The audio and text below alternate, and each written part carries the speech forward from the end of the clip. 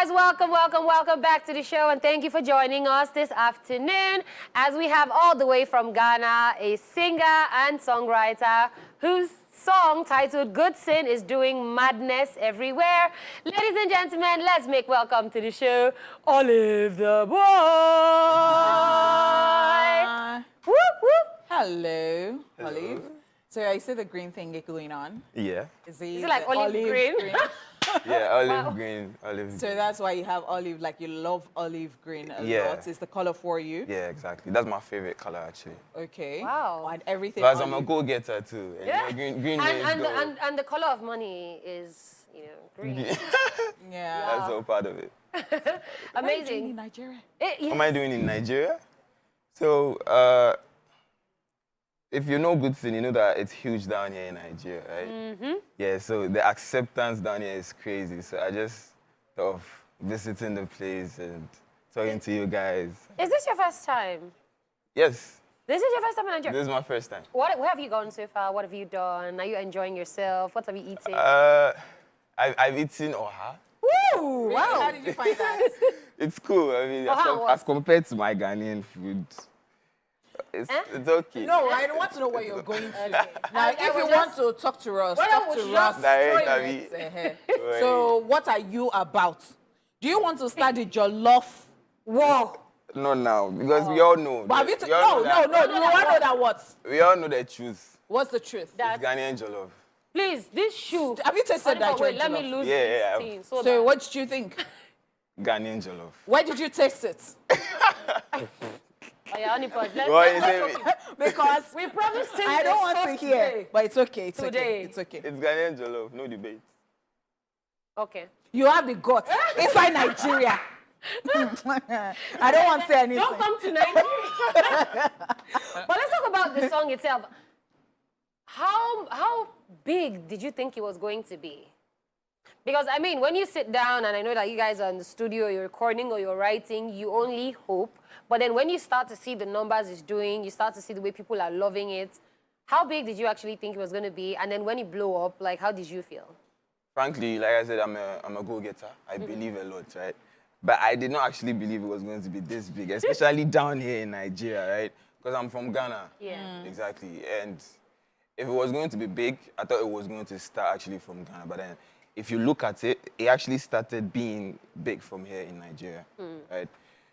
And it was the most Shazam song in Nigeria even before it was in Ghana. So like it's that big. I didn't believe it was going to be this big. So I just want to ask, is there something about Nigeria for you? Do you think that there is just something about Nigeria, especially with the fact that Shatta Wale, shout out to him, has been, praising us, hyping us these days, no fights these days. These days. These days. He's been talking about Ashake. Ashake sold out O2 Arena. How, it feels like Ghanaian artists are not doing so much, and that they should take a cue from us. What exactly are your thoughts? I want to know. What are my thoughts? These things are quite political. I don't like to talk about it.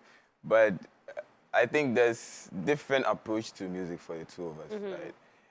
If you look at the way you people approach, the way the Nigerian space approach the marketing side, it's quite different from the way we do it, right?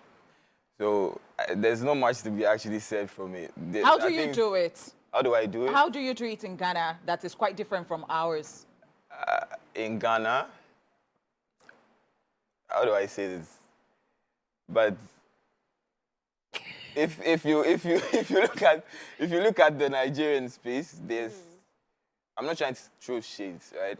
But if most of the Nigerian artists actually understand the act of investing, right? I see. In a couple of places where most of us don't find necessary or important to do. I think that is what I've learned so far, right? Especially for places like the TikTok where my songs do. Yeah, at some points, the Nigerians actually grasped it like real fast than we actually did, right? So it's like I the same think way we saw Azonto and we just collect. Exactly, man. But we are coming. We are coming. So while you're here in Nigeria, are you looking to work with any particular artists? Like if somebody's watching this and then they just say, oh, we could like to work with you. Exactly. Who, Exactly. 3 people you want to work with? 3 people now. Yeah, that like all time. Davido, Okay. Burna Whiskey. You would have just brought gun as you were coming because So have you been making any steps towards that? Yeah, with Davido, I think there might be a good scene remix because, yeah, we're talking still.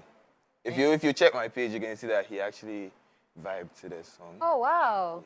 Yeah, it was an amazing wow. feeling when I saw it.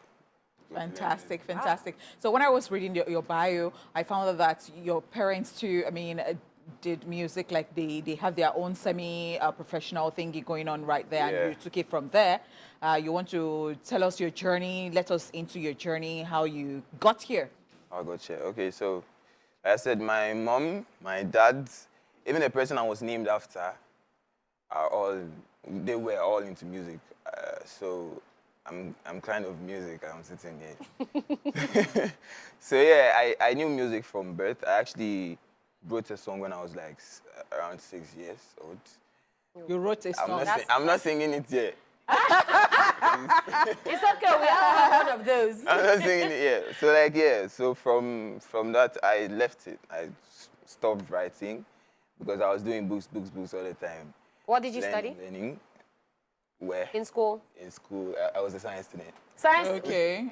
General science, yes. So that was in SHS actually. Oh, I see. Like from time, I did not really consider music, right? Until one beautiful girl did me a favor, made me fall in love with her. Hey! Exactly. And then I came back from SHS. I was bored actually. I didn't have nothing to do, so I had this piano, and then I took the progression of, you know, Kwame Eugene? Yeah. Yeah, there's a song from Kwame Eugene, I don't remember, but then I took the progression of it, and then I started writing again. Oh, wow. And I realized that, bro, I can do this because it was nice, right? And I sang it to the girl, she loved it. I sang it to my best friend too in school, he loved it. And then we started writing, skipping class. And started writing in school, yes. So it was until I was about to complete school. And then I think I made a freestyle, and then it started trending, right? And then I met my label, my local label is called Loop Music, Okay. Ghana. And then they held me from there until I met my management group, Full Circle, and then we met Sonny, and now we're here.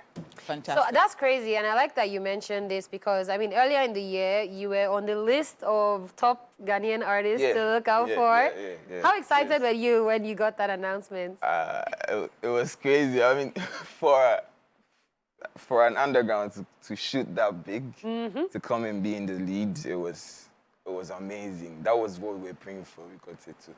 So, yeah.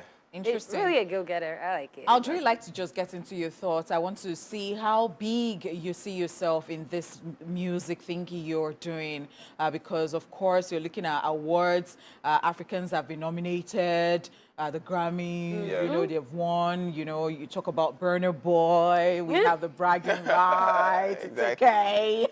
But then I just want to know, like, how big do you dream to go?